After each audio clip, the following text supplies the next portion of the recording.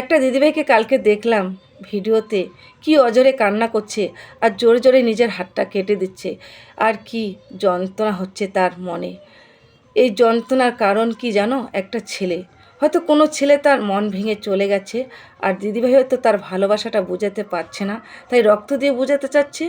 তাই ছেলেদেরকে বলছি, মেয়েদের মন ভাঙা আর হলো মন্দির ভাঙা দুটাই সমান। মেয়েদের চোখের জল কত দাম তোমরা হয়তো জানো না। মেয়েদের চোখের জলে আছে অভিশাপ।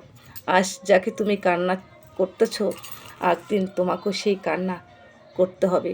আর সেই কান্না তোমাকে কে কাঁদাবে জানো? ভগবান। কারণ মেয়েদের মন খুব নরম, মেয়েরা সহজে ভালোবাসে ফেলে একটা ছেলেকে।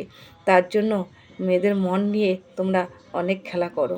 তাই কখনো যদি ভালোবাসতে না পারো, তাহলে কারো মন নিয়ে খেলা করো না।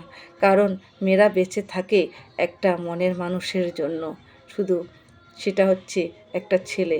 একটা ছেলের জন্য নিজের সব কিছু উজাড় করে দিয়ে দেয়, আর একটা ছেলের জন্য আপনজনকে ছেড়ে সে অনেক দূরে চলে যায়।